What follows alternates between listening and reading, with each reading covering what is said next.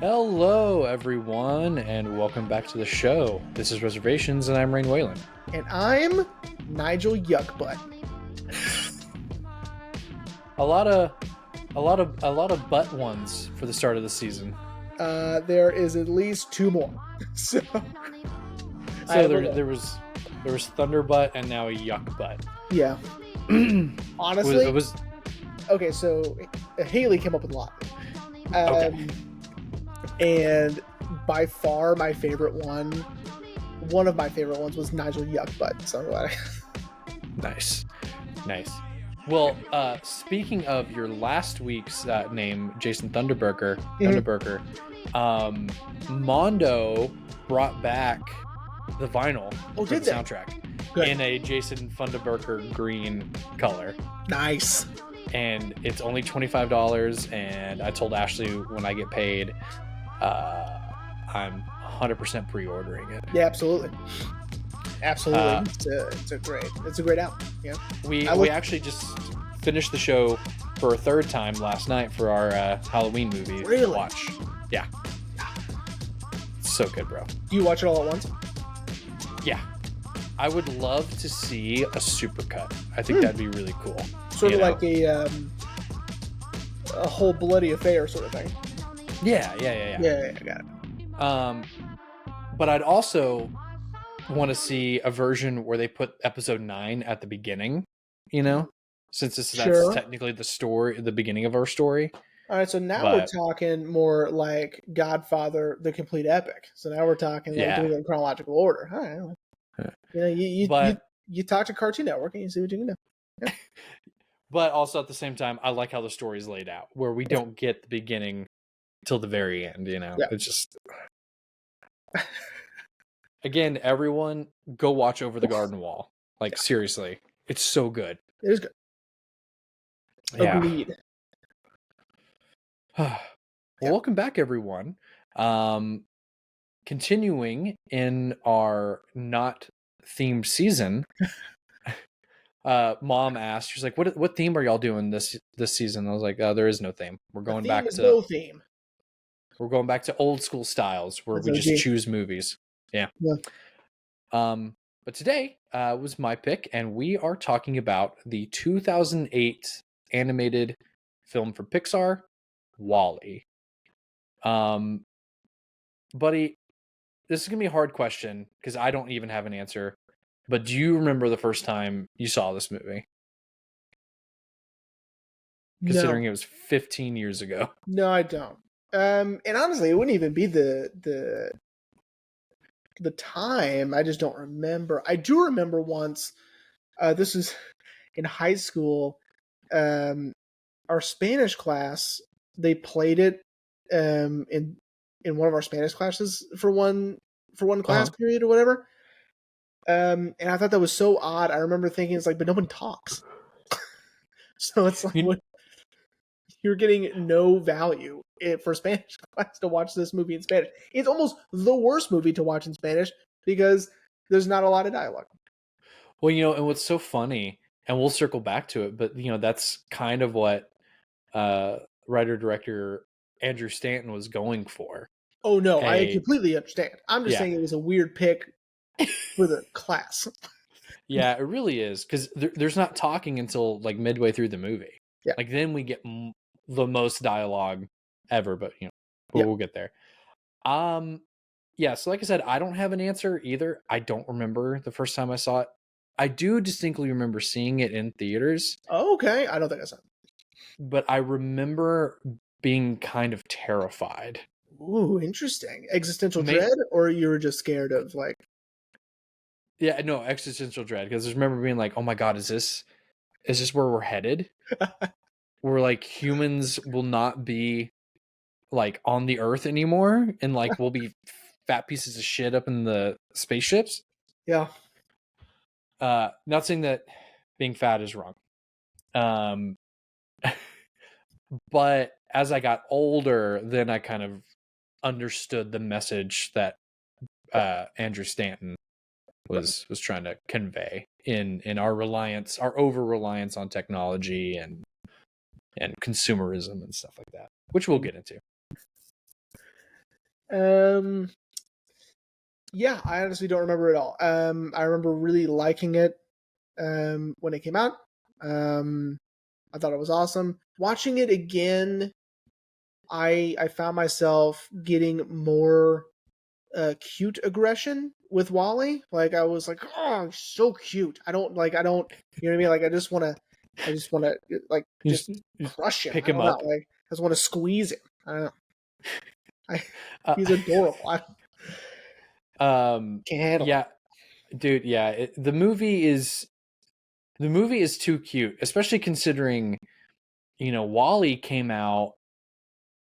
And I'm trying to remember because I watched my Criterion version last night, and Same. Andrew Stanton, he went into the archives. This was like right off of The Incredibles. Oh, I'm I can pretty check. sure. I'm pretty sure it was The Incredibles, because Andrew Stanton also did Finding Nemo. Mm-hmm. Um, Finding Nemo was '03. mhm, mhm, Um, mhm, mhm, mhm, The mhm. Incredibles is '04. It was Ratatouille. Oh my Ratat god, Ratatouille. Yep, this movie was '07. coming. This movie was coming off of Ratatouille, dude. And you know what's so interesting to me about this movie is even though this movie won the Academy Award for Best Animated Film, Rightfully I so. feel like people forget about it. I know that if it weren't for the Cars DVD that my sister-in-law and her nephews watch constantly, I would have forgotten about Ratatouille.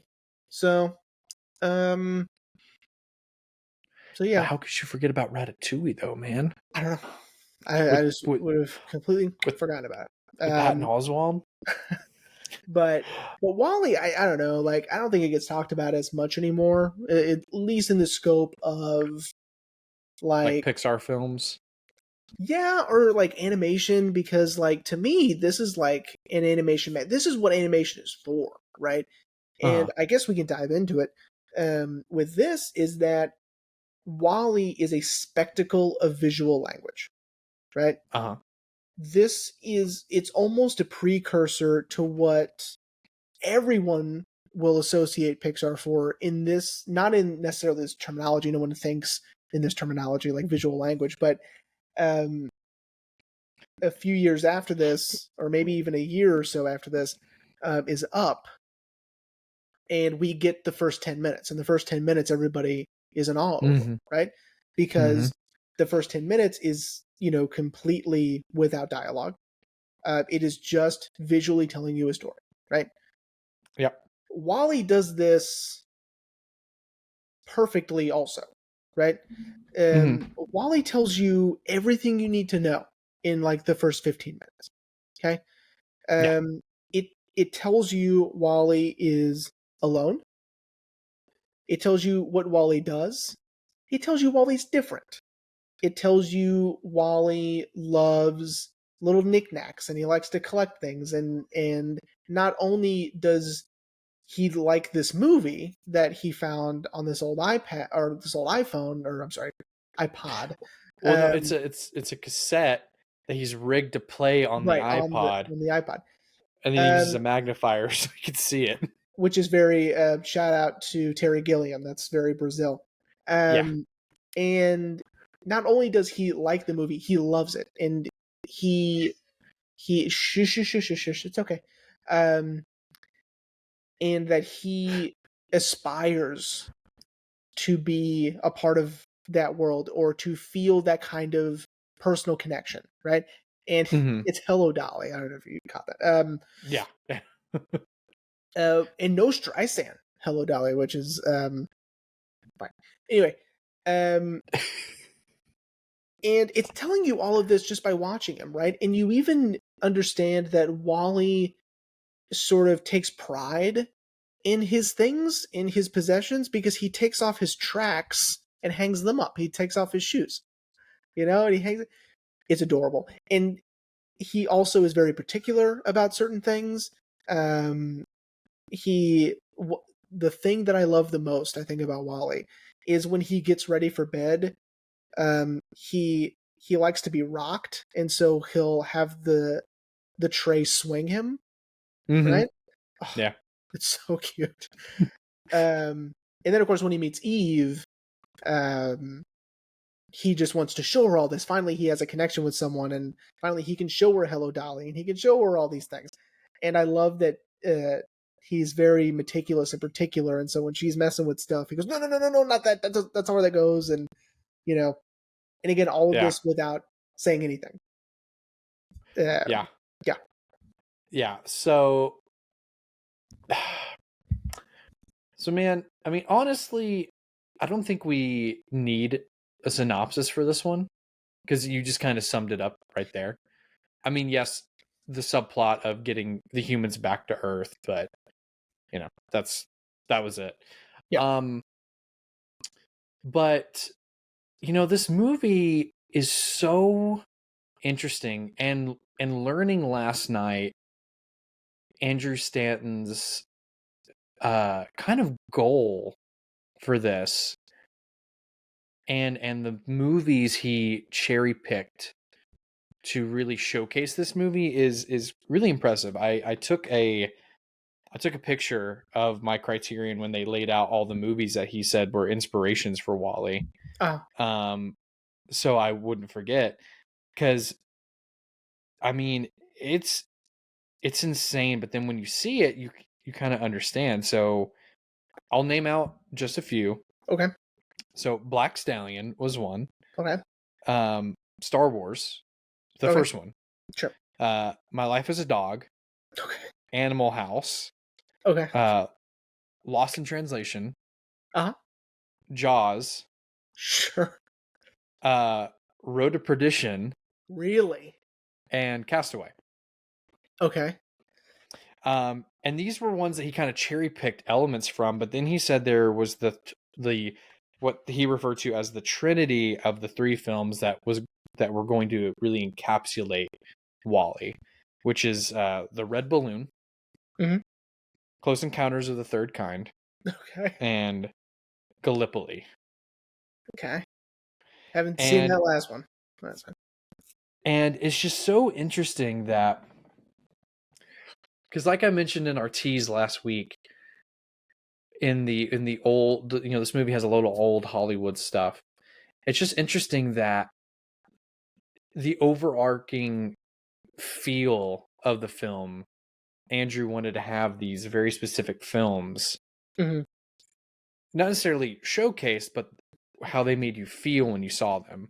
Mm-hmm. Like he pointed out, like with Close Encounters, like that kind of awe and wonderment. Yeah. In the film, which we see, and it's just insane that this much thought went into an animated film about a mobile trash compactor. And well, all right. So I see what you mean. A lot of people do feel that way about things. I remember in college, it was in my history of jazz class. My teacher, he's amazing, by the way. Rabin Bewley, he's incredible. And he said, I'm gonna play you guys something, and it's from a children's cartoon. It's from a children's cartoon show. And the complexity of the music and the way that it was put together and structured and organized, it's very sophisticated. And I just want you to know that they thought a lot about this, and it's just for a kid's cartoon, right? And he played it, and it's the Hey Arnold theme song. All right. And we've heard it a million times. And I've never thought of it that way. I never thought that, wow, that must have taken a lot of work, right? Mm-hmm. To put this song together. Because it is very complicated. It's a complicated song with lots of layers and, lots of instruments working in very meticulously structured ways, right? Just like jazz music. And it was just fascinating to think about it that way. And so when you say that, you're absolutely right. It's very meticulous, right? It's, yes, especially in America, in the United States, animation is for children, right? Hmm. Not everywhere. Not other countries don't feel that way. Um, but in America, somehow it did. Another professor in college said, you know, no one ever said that animation is for kids, right? Ever. No Yeah. one ever just said this is what this is for. I don't know where we came up with that, but here we are, right? Right. And so I like that this film sort of goes above and beyond, especially with themes and with it's not so much in your face like a Captain Planet episode, you know. Yeah. But I mean, it's there, like the social Hmm. commentary is there, and it's like don't trash up the planet or you have to leave, right? Yeah. But it's also indicting, big business and consumerism too, which is, and I'm surprised only because of this one shot that Stanton didn't say the road as one of his inspirations, because there's that shot of Wally, um, I guess driving. I guess his feet are technically like tracks, so whatever. But he or walking, I don't know what you call it. But he walks over all of that money, right? Oh, uh-huh. And that reminded me of that scene in The Road where they're just stomping all over all of this cash, you know, Hmm. um, to find something to survive, right? Right. Um, I think it may have, because The Road came out, I think, the same year or the year before. But it doesn't matter. So all that to say is that I think this movie goes a little bit above just entertainment for the whole family. Right. I think this one goes a little bit deeper, and I think this one throws in a little bit extra Hmm. for like a, I don't know, I guess like a critically acclaimed sort of like audience that likes niche, uh I don't know, like art house films or whatever. I don't know. Well, I mean, and again, it is so interesting that Andrew Stanton, chose these movies, and especially because you said art house.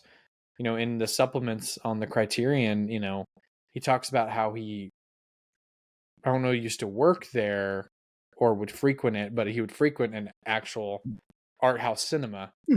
and would see all these different types of films, and of course that's what inspired him to go into film later on. And Mm-hmm. um but he um one of the things that I just love so much about this movie, and again, you said it at the beginning, is the fact that we don't get a lot of dialogue, and we don't need subtitles for it, because Andrew's big thing is he wanted it to feel like you're watching a foreign film where you don't have subtitles, but you can understand what's going on in the scene. Mm-hmm. So we know what's happening in the scene between Wally and Eve, and they aren't really speaking. They're just Right. going off of their physical movements, and it's so good, man. Yeah, And I I'm mean, gonna there's that scene where they're speaking, and it's almost like speaking in code, I guess, or like robot speak or whatever, and like it's when they first like interact, like for real. uh-huh. And Wally's saying something, she's saying something, but they're different, right? And then Hmm. she switches, he switches, and then they both settle on English. Um, Hmm. and they're like, okay, we both understand this, right? Right. Because obviously they weren't understanding each other, and then they're robots, of course, so they can switch. And I don't know, there's something about that it's just, I like that we were walking us through it, and in the script they were saying things, like Hmm. they had um, like interpretations in English of what they were saying, but it was because that they're in this like computer code or whatever it was, um, that it just doesn't make any sense to us. And then, but we understand that they're trying to communicate, and they just can't until Yeah. they settle on English. Yeah. You know, and I love the other thing about the movie that I love is this idea that, you know, robots are, you know, these soulless machines, Mm-hmm.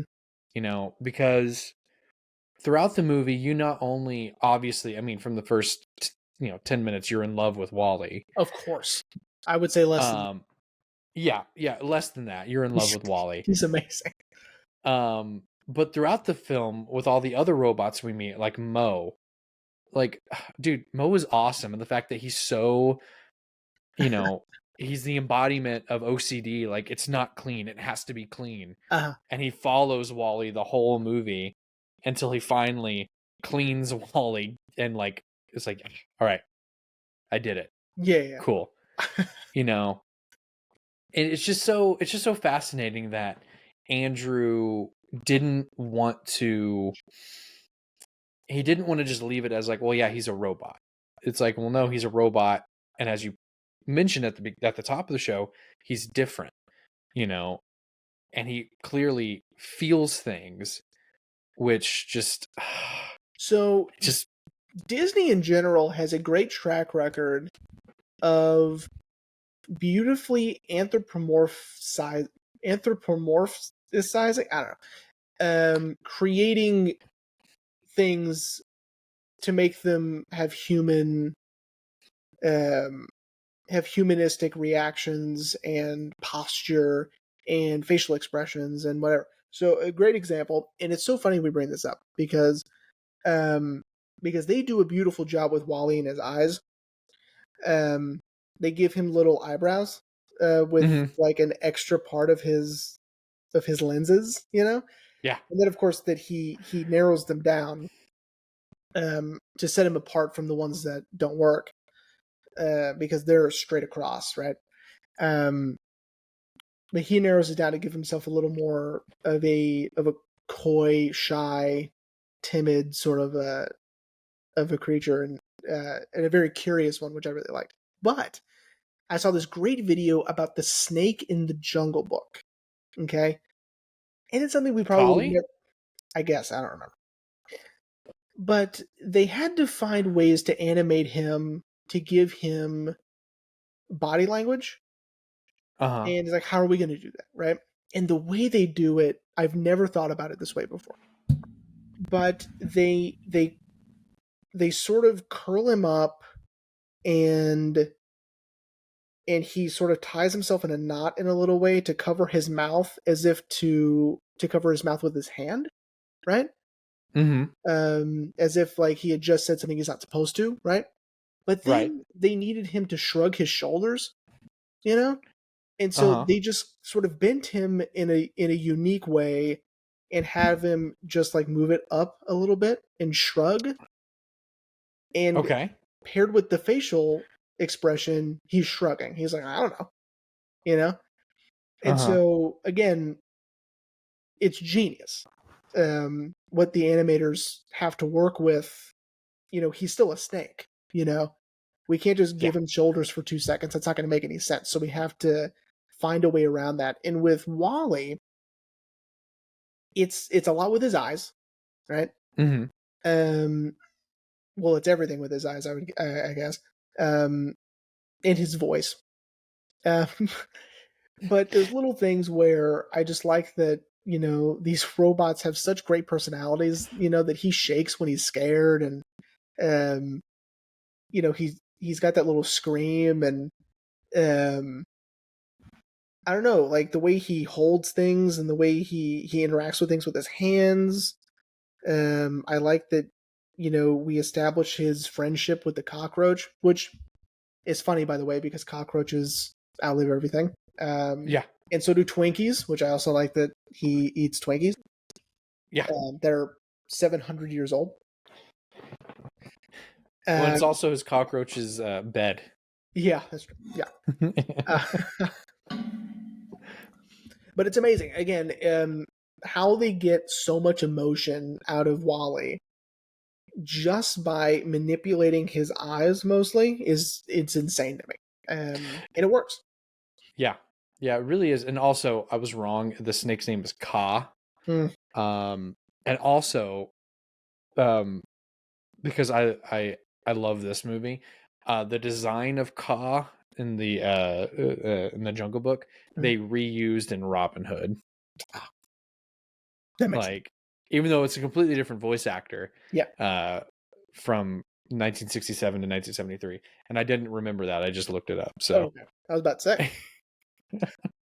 but yeah, no, I agree that Wally can convey so much emotion, and I think what makes it so interesting is that they didn't give him a mouth. He Mhm. just has eyes and his hands. Yeah. Um, and he's just able to convey, sadness and joy, and we rarely ever see him angry, which I think is kind of cool that we don't ever see our main character angry. Yeah, no, he didn't get mad about anything. He's just Um, so yeah, he's too precious for this world. Um, but yeah, but he can convey so much emotion, uh, just through his eyes, and I think that goes back to Andrew Stanton's also decision to incorporate a lot of Buster Keaton there it is. into the character of Wally. Yeah, that makes total sense. Um, because he was saying how one of his favorite Buster Keaton bits was in, oh, I don't remember the film. He name drops it, Mhm. but it's a bit where they keep putting a hat on Buster Keaton, and then the guy keeps taking it off, and the hat keeps changing, and Buster's just standing there, just kind of like, and Andrew said that it was so interesting that the scene changes, but Buster stays the same, and he's Yeah. just conveying all of this through really kind of sad eyes. Yeah, so Buster Keaton was known as the Great Stone Face because his facial expression doesn't really change, right? Mm-hmm. Um, and he was, I mean, he's the master of it, right? And I mean, obviously, he was great at a number of other things, stunts for one. But yeah, his physical comedy comes mostly from either you projecting emotion onto him, right? Mm-hmm. Or just it's funny that he still hasn't cracked yet. Either he hasn't smiled, he hasn't been angry, he hasn't, you know, showed any sort of terror or fear, right? Again, it's Mm-hmm. just all in this simple facial expression that he has.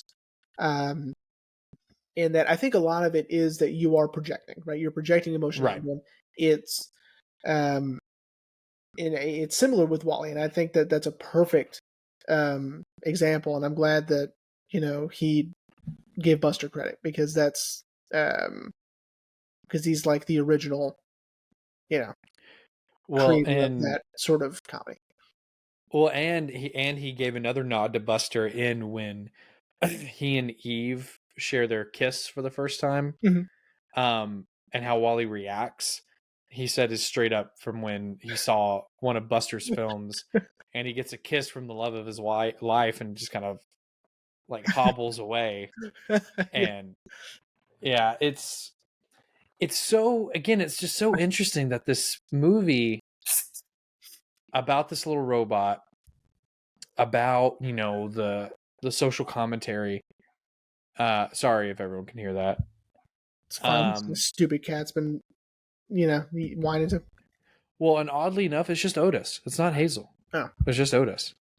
Um, anyway, but again, so this movie about a robot and the social commentary on consumerism and technology just has all this underlining, very art house Hollywood and very silent era Hollywood hmm, ingrained in its DNA. yeah, And I think it just adds so many new layers to this film yeah. that, as you and I, as cinephiles, can really enjoy and pick on, like, oh yeah, that's I think it's a better representation of using silent film techniques right? Mhm. Then Mhm. let's say, when was that?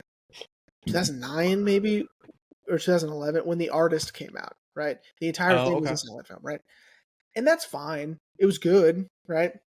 Mhm. Best Picture, I'm not sure about that, but this is taking sort of a modern way of showing these silent film techniques, right? Mhm. And being able to show the audience so much story with just visual language, right? Right. Um, I love that we understand that Wally is he's content with where he is in Mhm. a way, because he's collecting all the stuff. He's very curious. He likes to put things in his lunch pail, um, and then put them in his like little place where he stays, where he sleeps. That truck, I guess, what it is. Yeah. And but then when there's a break in the clouds and he sees the stars, um, he's in awe of it, right? And that's really he knows that there's other stuff out there than just where he is, right? They give Mhm. him um such introspection that he knows that he's there's more to life than just building trash buildings. Yeah. Um, Um, yeah, and Andrew said in the special features that, a lot of people were worried that it was going to be a silent movie.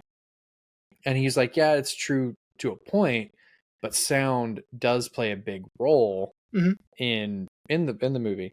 Um, but I want to talk about just real quick, because you brought it up of Wally's, um, that he of his essentially his work day. mhm. It never really occurred to me until watching it last night. Why is Wally the last one? Because I don't know. we kind of get that shot of the graveyard of the different Wally units who have clearly their batteries ran out or Mhm. something. Yeah, And I was telling Ashley, I was like, I don't understand like why, because we see him charge his battery that he's solar powered, yeah, which explains why he's lasted for so long. yeah. But then Ashley brought up a good point. She's like, well, wouldn't the other ones be solar powered too? So yes, I did see. I'm trying to find it. That it's implied that the other ones were turned off, Mm. and then they just missed Wally, Oh, okay. and he just coincidentally just happened not to have been turned off, and so he's lasted this long because he can keep taking parts from other Wally units. Um, Okay. and there was a thing in here that I absolutely loved about that. Um, that it's a good example of this very specific paradox that through 700 years of him repairing himself and taking parts, he is no longer the original Wally he used to be. Mm-hmm. So is Mm-hmm. he still Wally? Right? It's one of those like Ship of Theseus. thank you. Is that it?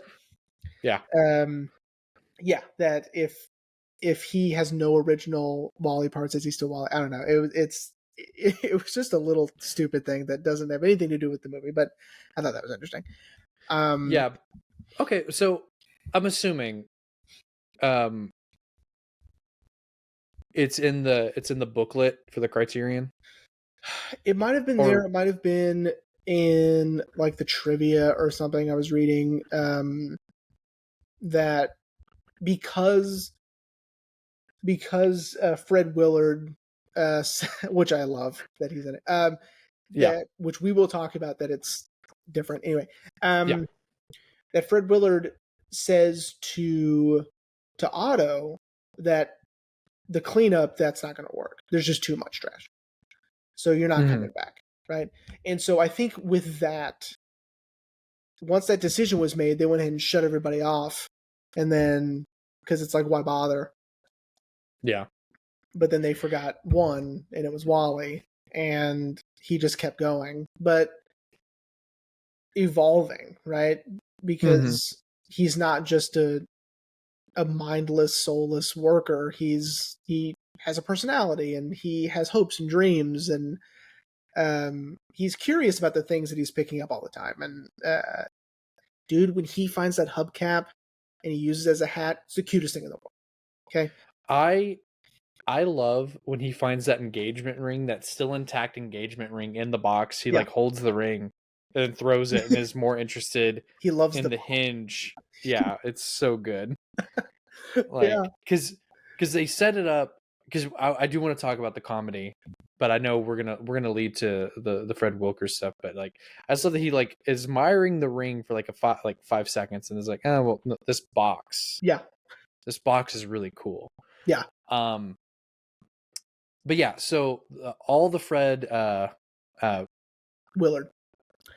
I love that they use two different mediums in Yeah. one film. It's really interesting because there are lots of examples of live action in this movie, not only with Hello Dolly, of course, but with these like advertisements, and then the stuff with President Fred Willard. I don't remember his name.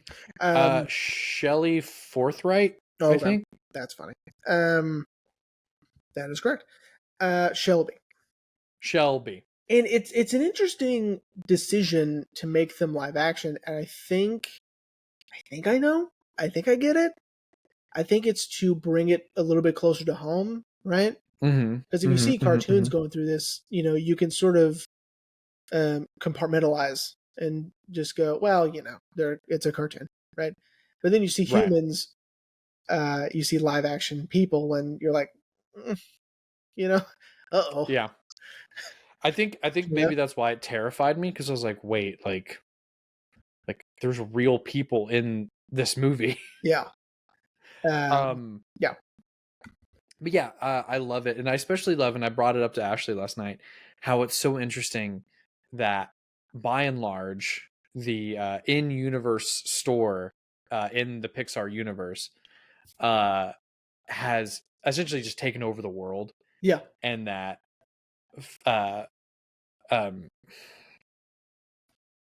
Fred Willard, that Fred Willard is running, is the president, but also the CEO of By and Large. Right, which is completely unethical. But I was like, babe, isn't this kind of telling that this movie's 15 years old, and they're saying that like the corporation got so big that it's running not only the world but the presidency as well? Yeah, it's wild. And yeah, I mean, it's But yeah, but I love that it's just not like a one-off, because we get that ad where, he's like, yeah, get on the, I can't remember the ship's name, but, get on the ship and, we'll see you in 5 years. I love that we saw it more and more. And then we get, of course, the Otto's directive. Yeah. Well, and then, the captain's, Jeff Garlin, who's great. Yeah. I hear he's not so nice, but yeah. But anyway, Jeff Garlin as an actor, he's great, and I like that we get his little "Hey, you found a plant," video, and that it still works. So here's something that it's sort of like, I don't know if it's meant for comedy or if it's meant for like emotional impact.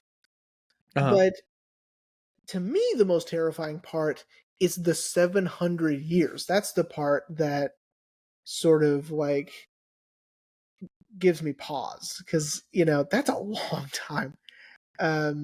That's nearing sort of like this is sort of the plot elements that tend to get me a little bit more emotional when it comes to characters and time, which we've talked about before, I'm sure. And their loss of time, especially. Yeah. 700 years is, I mean, there are people, generations of people on this ship, that have, the implications of this is insane. And I feel like it's not touched on enough. Which it's a kids movie. I get it, or it's a movie for the family. I get that, but it's a lot to think about. The 700. No, and it really is, especially because we were told through exposition that this was only supposed to take 5 years, Yeah, and these humans have been up there for 695 extra years. yeah. And it's insane to me because that would mean that, like you said, generations were born there, People and have been born and have died on that ship multiple times. yes, Full life, at least 7 lifetimes have been on that ship. yeah, it's insane. But no, I also, again, I understand why they don't really touch on it because It's a lot to uh, process. it's a lot to process, and kids aren't gonna. No, All kids understand is, whoa, 700. That's a big that's a big number. number. That's a big number. Yeah. Yeah. Can I say before we move on? When I told Ashley we were doing this, she was like, "Whose choice was this?" I was like, "It was my choice." Like, Rude. I love this Rude movie. as shit. She was like, "Why are you going to talk about it?" I was like, "We did a Goofy movie, so like comparatively, this one is way more complex than a Goofy movie." Yeah, it's true. And it was so this will tell you a little bit about me as a person, I guess. If I can, I will try to take a situation and Mm-hmm. tailor it to better fit me. Okay. Okay. In this case, it was environmental science in college, and I was at Midland College, and we had to do a presentation, and I was like, oh no, because I saw the list of topics, and I was like, I don't know about it. I don't want to do any of these. Uh-huh. None of it was interesting. None of it I knew anything about, which means I would have to do more work to figure it out and then learn how to talk about it, right? Uh-huh. And I went to the instructor and I said, "Listen, is it possible for me to do a presentation on how TV and film have impacted the environment?" And she said, "That's a really good idea." I said, "Oh, thank God." Uh, Oh my God. so I put together a presentation, and I talked about Captain Planet. I talked about the littering ad with the Native American. I talked about Mm-hmm. the Sarah McLachlan um, uh, ASPCA things, whatever. I talked about Fern Gully, No, nice. and I talked about Wally, um, and how Wally is essentially this environmental, um, what would you say, environmental warning, Yeah, this I would sort agree. of, hey, keep it up, see what happens, um, Yeah. and that there really is this social commentary, this environmental social commentary, um, about what happens when things become a little too much. What do you do with all of it, right? Mm-hmm. Yeah, yeah, because the environmental part of the social commentary is obvious. Yeah, I mean, From it's from like, the yeah, you know, yeah, from the minute the movie starts, we know it. And yeah, because you're right. Is when we have too much trash, what do we do with it? You know? which is interesting to me because, and this is just a little thought experiment for you. Okay. Um, if matter is neither created nor destroyed, meaning Hmm. that everything that exists on Earth has essentially always existed on Earth, but in a different form. Okay? Right. I think about this all the time. Okay? Okay. Therefore, how, I guess because things grow. I think I answered my own question, but I was like, then how can we get so crowded with all of this stuff if it's always been here but in a different way, right? And I think it's Hmm. just because we create, it doesn't matter. But I think about that all the time. And so And so to think about all of that trash, and Wally making basically skyscrapers out of all this trash, um, it's like, where did it all come from? It's Yeah. sort of interesting to think about. But also, I really liked the added detail of all the satellites that Yeah. they stuck out there, and it creates a haze over the Earth. It, it's you could visible all of the Yeah. satellites. I like that. Yeah. I like that little Yeah. detail. Yeah. Well, because then it plays into the other part of the social commentary of, you know, what happens when we become so reliant on technology, you know, Yeah, that, and yeah, the humans are so, stuck in these chairs. There's those two guys that Wally first sees having a conversation about golfing, and they're sitting right next to each next to other. each other. And, Yeah. which then leads to, our overabundance of consumerism, Mhm. and how, ads are everywhere. And, like when they're like, try blue, it's the new red. And then everyone changes their suits to blue. Yeah. It's just, it's, it's insane that 15 years ago, Andrew Stanton was just like, no, I want to make sure people understand kind of where I think we're headed right now. Well, and there's little things like when Wally is sort of this robotification. I don't want to say personification because he's not a person, but um, hey, would you shut your mouth? Sorry, it's my cat. So he's like the personification of like waking people up and like opening their eyes, because like he'll knock somebody off their chair, right? Mm-hmm. And then she'll go, "We have a pool?" You know? Yeah. I've never noticed that. Or like knocks someone off the chair, or turns off their TV Screen. essentially, yeah. Yeah. And they look out the window, they're like, "Wow, that's cool." You know?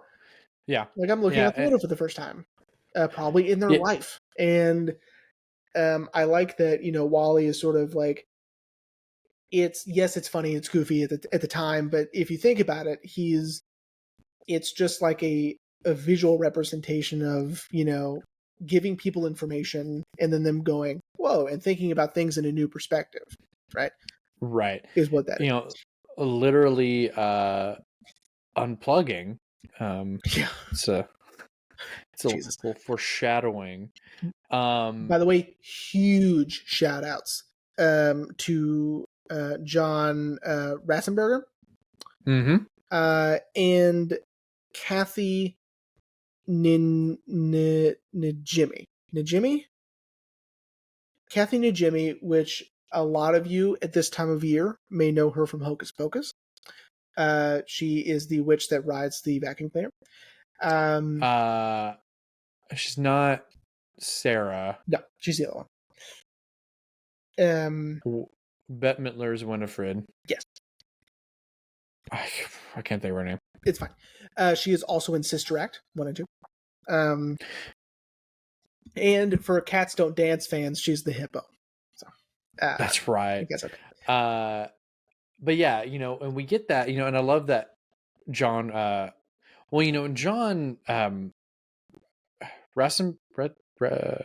It's Ratzenberger. Ratzenberg. He's Pixar royalty. He's in all their films. Yeah. But what's funny is his character's name is John. Yeah. And Kathy's character is Mary. But we get this, where they're waking up for the first time.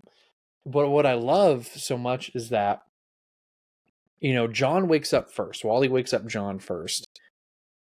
And then he wakes up Mary. But Mary stays unplugged. That's when she's looking out the window. And then she kind of unplugs John again when she sees Wally and Eve, dancing in space. And she's like, I know him. What's his name? And she happens to just grab John. Yeah. And he's like, oh yeah, that's Wally. I know that guy. And it's just, it's so adorable, Sure. that he, And not only is he waking up the humans, but he's also kind of waking up some of the other robots. I think one of the best examples is him waving at that Yeah, robot. to the typing robot. Yeah, and then the robot just learns how to wave, and I know he's just like, and then when they're leaving the captain's quarters, he's like, that's the coolest thing. Where he's like, oh, see ya. Yeah, yeah, it's cute. There was something I was going to say about Otto. Otto is HAL 9000, and I'm mad that that Stanton didn't say anything about 2001: A Space Odyssey. So. Yeah, I am. That is kind of interesting that 2001 didn't make it onto his list. Yeah. Yeah, because It's Otto obvious. is. Maybe so. Maybe he was like, it's HAL 9000. I don't even know what we're talking about. Like, you know what I mean? If Hal was a Ship wheel. steering wheel that could just pop in and out of places. And also I love that he can take one of his little I don't know what they're called, like spokes, I guess, and turn it into a little hand where he's like, yeah. It's a fun character he's design for sure. Definitely. He's also an asshole, so he's not nice. No. That he electrocutes our baby boy, Yeah, because he wouldn't give him the plant. That's fucked up, man. Yeah, it is. Okay. We haven't really talked about Eve, really. Eve. We haven't. Eve is great. Eve also has a personality, which I really like. Eve and Wally are very similar, because when Eve first lands on Earth, and she sort of like stretches and sort of flies around a little bit and sort of like twirls around and kind of like has fun for a second before she gets to scanning. By the way, the scanning thing is genius, because it's taking this like pattern sequence, right? Because it's beep beep, it's like 3 beeps and a no, right? It's like beep beep beep, no, scan, beep beep beep, no, scan. So we know she's looking for something, right? Again, we have no context, but we're gathering with this rhythm and with this pattern that she's looking for something. And I just love the language of that. And then once she finds it, it's crazy. By the way, what are the odds? Yeah, but still, with that plant. Yeah. Eve is such a great character too, because yes, I agree that her and Wally are also similar, but I love the fact that it took Wally to kind of make her also see things in a new light. That they don't have to be just machines. You're right. Because where she does have a personality and she is different, right?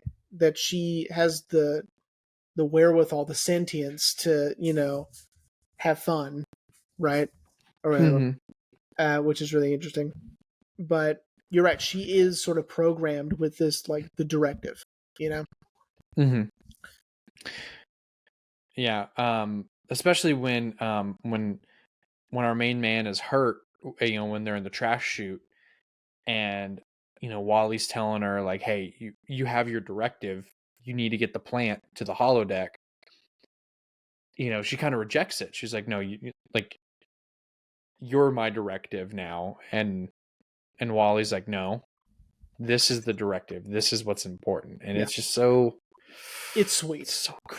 It's sweet, and it's so good. Our man is on his last leg, but he's still like, no, you got to get the humans home. We gotta save the planet, because I like Earth, I guess. Wally. But yeah, Eve is great, especially when Wally's kind of teaching her how to dance, and she decides to stop hovering. Yeah. And she starts actually bouncing, and it's just ruining his bachelor pad pretty much. For sure. For Wally.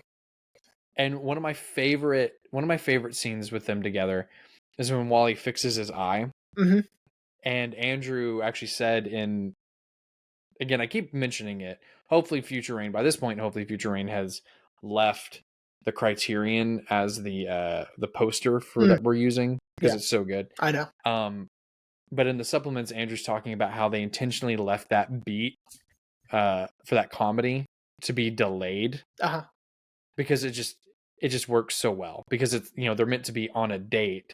Yeah. So he fixes his eye, but it's not immediate, and then it just and it's focusing, and then boom, he's fixed. But I love but that's like one of my favorite scenes with them together because it is, one, it's sweet, but two, I think it kind of solidifies their relationship, Yeah, I mean, him interacting with Eve is so adorable. I laughed out loud when he crushed something and then said "ta-da." Oh, yeah. Because when she was like, because she wants to know what he does, and Yeah. he's like quickly like, and Ta-da. he doesn't give enough time to let it like Yeah. solidify. Yeah, it's so Oh my good. god, it's so funny. Yeah. But again, Um, it's because I think Wally's the cutest thing in the world, and I'm biased, I guess. well, I've been seeing a lot of memes, which is funny that I picked this movie because I've been seeing a lot of memes where it's the scene where Eve is in sort of like lockdown mode, Mhm. Yeah. and Wally's trying to hold her hand, so he's like trying to get his hand under. And I've been seeing a lot of memes where it's like, when my girl is mad at me, but I want to hold her hand, and it's him like trying to like Yeah. uh and that he doesn't think that her arm will close back in place, and he Right. crushes his hand. It's so good. It's I so know. good, man. Him trying to protect her from the rain and stuff is really cute, and like him just like he's so desperate for a connection that she's on this lockdown mode and he's still like hanging out. Oh my god, And, it's just he's got the Christmas lights wrapped around her, and that's how he's like stringing her along. yeah. Um, which, you know what, it's a good way to start to close out the episode. It's a good Sure. transition into the comedy of the Mhm. movie. Again, like we've been talking about, it's very Buster Keaton and Charlie Chaplin, Yeah. very silent film comedy, and it's just so Yeah, good. The which it sort of beats, has to be, right? Because he doesn't speak really. Um, he can scream and say his name. That's about it. yeah, Um, yeah, and quiver, when he's scared. mm-hmm. But yeah, we're solely reliant on his physical comedy and taking inspiration from the best, right? Keaton and Mm-hmm. Chaplin. I mean, you can't go wrong, and you can see it in the Wally performance. Yeah, It's yeah, amazing. yeah, and it's so funny, especially like um when they think that they've lost the plant, when they throw it down the chute and Wally kind of pops up and it's on his head. Uh, And it's so well timed. I know it. Now, Um I'll tell you my favorite. Okay, so besides some of the stuff I mentioned already, my favorite part of the movie, and what I think is the most well thought out, the most thought provoking aspect of the film are the end credits. mhm, Using art history to show the progression of this new human race on Earth. mhm. What are we doing? Who thought of that? It's genius. Right? Yeah. Yeah, it's not just like a whole like, "Oh yeah, the humans are home now, there we go."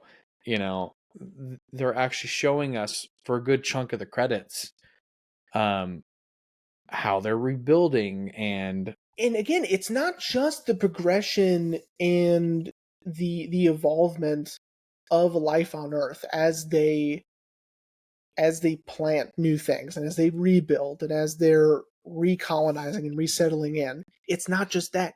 It's showing it through different art styles, going from earliest to newest. What are we doing? That is the coolest concept.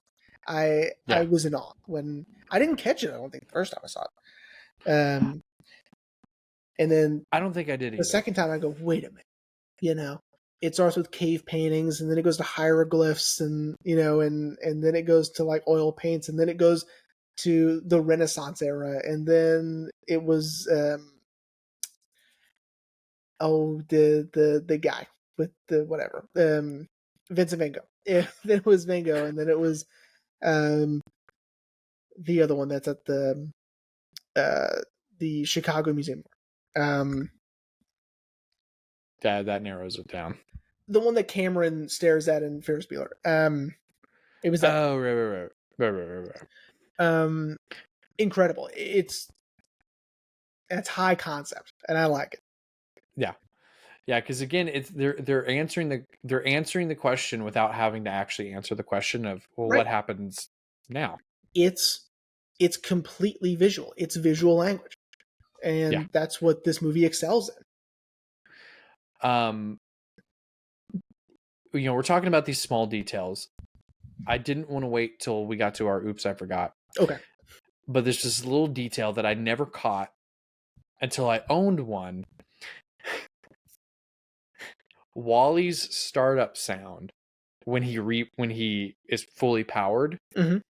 is the Mac boot up sound. That's fine. When you boot up your Mac and it goes dun. Yeah. That's Wally. Because for many of you who don't know, Steve Jobs bankrolled Pixar. Oh, yeah, that's true. And that's why most Pixar films have some sort of Apple reference. The most notable, honestly, is Coco. One of the guards in I can't remember what they called it. Uh-huh. When Miguel goes to it's not the underworld. I can't remember. Just like the afterlife, yeah. The afterlife, there we go. She's using an old Mac 1, and then when the filmmakers do the ofrenda at the end of the film, Steve Jobs is in there somewhere. Cool. So, but yeah, I never caught it until last night. I was like, that's the fucking Mac boot up sound. Are you kidding me? Well, and apparently, as I also learned again, shout out to the Criterion. Andrew really was trying to sell Steve on this movie. Mm-hmm. And that's another reason why he picked, I guess, the films he did, because he wanted to make sure that Steve would kind of understand where he's coming from for the film, but also because this was during the time where Steve was really writing all the checks for these films, and so he was like, I had to make sure I could sell Steve, Interesting. Which actually, I think Steve may have passed away before the movie came out. Because again, animation takes so long. It does. No, he was still alive. He didn't pass away till 2011, so he was still alive. Yeah. So he got to see it, but yeah, it's just small details like that I think again give this movie so many complex layers, and it just makes it so good. Yeah. No, yeah, I get it. This movie is tremendous. Definitely. I don't know if I want to call it my favorite. It probably is my favorite Pixar movie, if I'm being honest. It's either that or Monsters Inc. with The Incredibles. Yeah. But, I mean, it's definitely in my top 5. sure. Yeah, for definitely. me, Definitely. for number 1 will always be Toy Story, because it's the OG. I mean, it's the OG, and it proved Pixar's concept, which is we can make a fully animated computer generated film. Yeah. And it's gonna be great. And unfortunately, like, I'm not trying to point fingers or anything, but unfortunately they're gonna ruin Toy Story with Toy Story 5. It's too much Toy Story. Yeah, 4 ended perfectly. 4 that's all we was needed. Fine. I didn't need 4, but that's fine. It's whatever. It's not a big deal. All right, buddy. Are you ready to wrap up? Yeah. I love the movie. Of course. Thank God that the random choice ended up choosing this one. Yeah. I mean, we're gonna have to do it eventually because Oh, it was on my eventually. list. Yeah, But what a way to get it at the top of season 9. definitely. Definitely. Yeah, A joyous film, for sure. I love it. absolutely. Well, so buddy, now comes time the awkward thing of what are we gonna talk about next week? Well, I chose my words carefully, and I said that Wall-E is a joyous film. There's no I doubt about see. that. I had a feeling. I think I know where this is There's going. no doubt. Wall-E brings everyone so much joy. Next week, we will be discussing maybe it probably is the film that has made me the saddest Oh God. and the angriest I have ever been. Okay. You're not going to believe it. Just know it's all true. And it happened exactly the way the filmmaker shows that it happened. Next week, we are discussing our first documentary film, Oh fuck. Dear Zachary, a letter to a son about his father.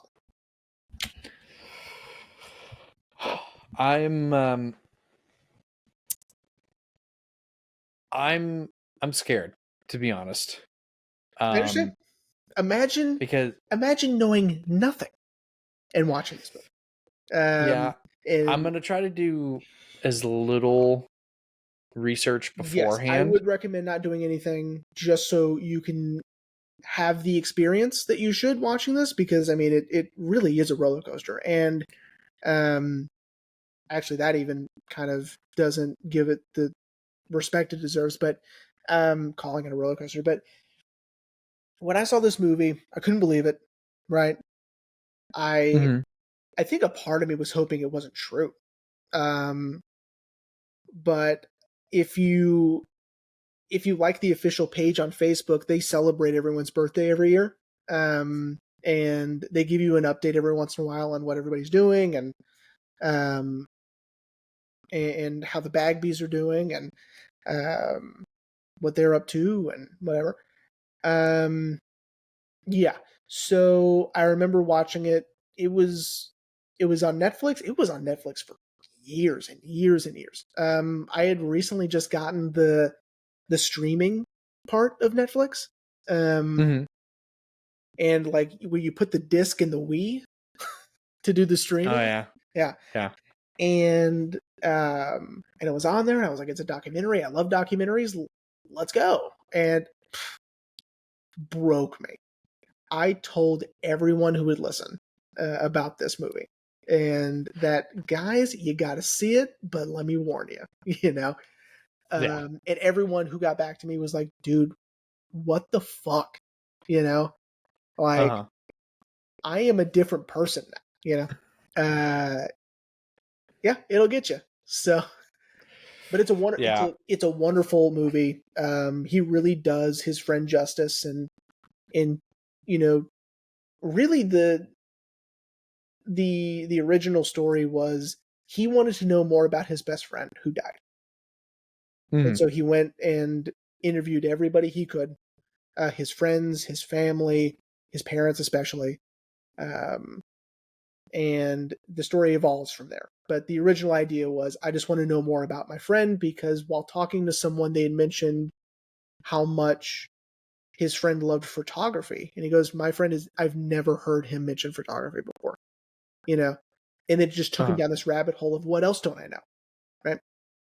Yeah. So yeah. Yeah. I'm scared, but you know what? And before we leave everyone, I was thinking about this. I was like, whenever we do that, it won't necessarily be a film synopsis, as it would be almost like and I'm not trying to be offensive, but like a true crime podcast. It kind of is, almost. yeah. Yeah. In a sense. Probably our first and maybe only true crime episode. I don't know. I'm thinking about doing another documentary down the line. So, Okay. Yeah. I mean, that means that you're gonna challenge me to have to pick out a documentary. No, you don't have to. I love But documentaries. but I I have got plenty to. of them in mind. So But I got to, because then people are gonna be like, Rain, do you not like real people? But you know what, man? I'm excited, but scared, but excited. Yeah. So, well, everyone, we hope you enjoyed this episode on Wall-E, and we will see you next week for Dear Zachary.